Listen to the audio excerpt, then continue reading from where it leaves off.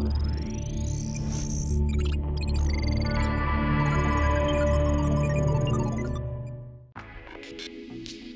everybody, this is Chris from the Summary Software team, and in today's video I'm going to be talking about one of the best features in RECON LAB, and that is going to be StoryBoard. StoryBoard is essentially a WYSIWYG report editor, and I know what you're thinking, Chris, what the heck does WYSIWYG mean? WYSIWYG stands for What You See Is What You Get, and basically it is a word processor that is built into RECON LAB to help with the difficulties of reporting, specifically things like tailoring it towards your audience or adding context to some of the more important files of interest.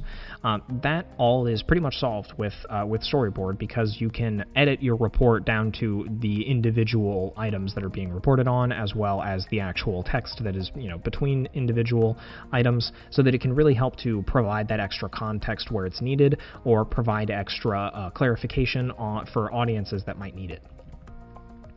So to get started, go ahead and select the StoryBoard button up at the top of the screen, and it'll prompt you to enter in a file name. So I'm going to type in I love StoryBoard, because I do, and I'm going to hit the create button right here, and you'll see that it'll drop us into a document right here. So by default, it's going to show us all of our case details as well as all of our source details.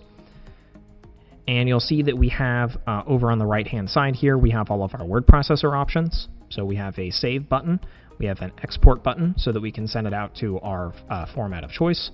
We have an add file button so that we can import in external files like PDFs and JPEGs. We have all of our edit options down here, so we have an undo button, a redo button, cut, copy, and paste. We also have the option to change different fonts too, so if you're a cool guy and you like to use Impact font instead of Helvetica, then you can go ahead and change it over to Impact font. And then you have your basic bold, italicize, underline, and font colors, as well as different alignment options down here.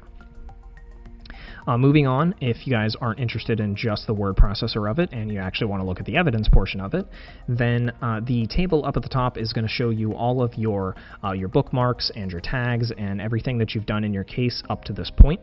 So you'll be able to add, say, if you have a bunch of Chrome history records that you've bookmarked through there, they'll all be populated there, so that you can add specific records by right-clicking on actual records themselves and hitting the Add Record button.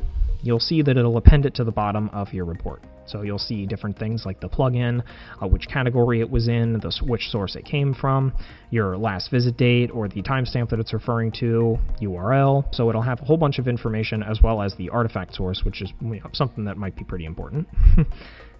So moving on, we also have the ability to, if I go down to the file system, if I found, say, a bunch of JPEGs that were in the documents folder that I think are of interest, then I can basically right-click on it, and instead of just adding the record and only seeing the actual information about the file, I can right-click and add it with a file, and you'll see that it'll include a file preview tab as well. So this will basically just output the preview of what the actual file was. And I know what you're thinking, hey Chris, what if I'm doing, say, a CSAM investigation and I don't actually want to put the image itself in there? Well, we've got you covered, because if, say, I move on to the next PNG and, oh my goodness, like, I definitely don't want someone to see the bare aluminum on this one. So what I'm going to do is I'm going to hit the blur image button up at the top, and we're going to right click on it again and add it with file. And you'll see that instead of exporting the actual image itself, it'll export a blurred image so that you know that there is an actual file there. It's just not something that's viewable, so that you don't see the bare metal of this space rover. Moving on from that, we also have the timeline option as well. So the timeline option is very useful because essentially we don't want to read a book out of order. So we're not going to start at chapter 27 and then move back to chapter 12 and then go back to chapter 18. We're going to go 1 to chapter 27. So we're going to read it in the order that it occurred, because it's going to make a lot more sense. Your forensic report should reflect that as well. So you shouldn't be basically just exporting absolutely everything and there's no rhyme or reason to it whatsoever. It's just basically, here's a report of everything that was on the system at the time. That's not a very effective way to report. So we kind of wanted to do what we can to facilitate that, and facilitate kind of nudging people in the right direction, letting them tell their stories the way that they're supposed to be told. So we have here in the timeline view, we can go ahead and sort by the timestamp option over here, and it'll put everything in chronological order for us. So you'll see that it'll sort by actual plugins, and you'll see the actual type of timestamp that it's referring to here.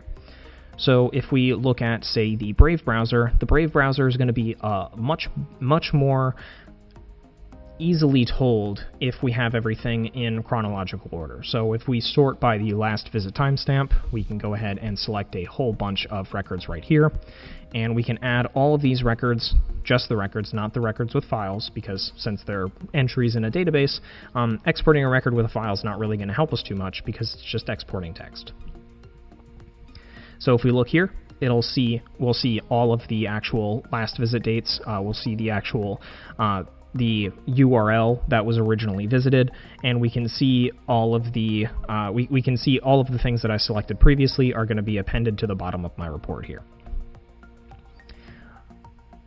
One thing to demonstrate as well while we're looking at this is that if there is a specific item of interest, so say this one, we're trying to see if the suspect had a Gmail account, we can basically make a note right here that says suspect visited their Gmail. So that's kind of where the WYSIWYG report editor comes into play, because we can actually write on the document itself to add additional clarification where needed, so that we can essentially just add that extra clarification where it's needed, so that any audience can basically pick this up and recognize why a specific record that's included on that report is of interest. Once we're all done with everything, we can go ahead and hit the export button over here on the side. We can hit the export to PDF button, and if I go ahead and send this, we're just going to send this to my home folder for ease of use, and you'll see that the files have been exported. Do I want to open it? I'm just going to go ahead and hit yes, so I can see you guys, or I can show you guys what the PDF itself actually looks like.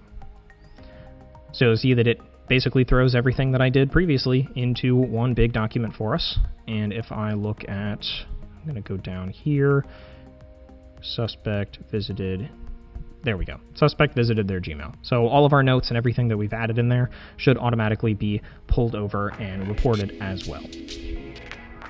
So if you guys have any questions about anything that I've covered in this video, or you want me to explain anything that I talked about a little bit more in depth, then definitely feel free to reach out to either myself or hello@summary.com, and we'd be more than happy to help you guys out however we can. Once again, thank you guys so much for watching, and remember to subscribe for more content like this. Thank you guys.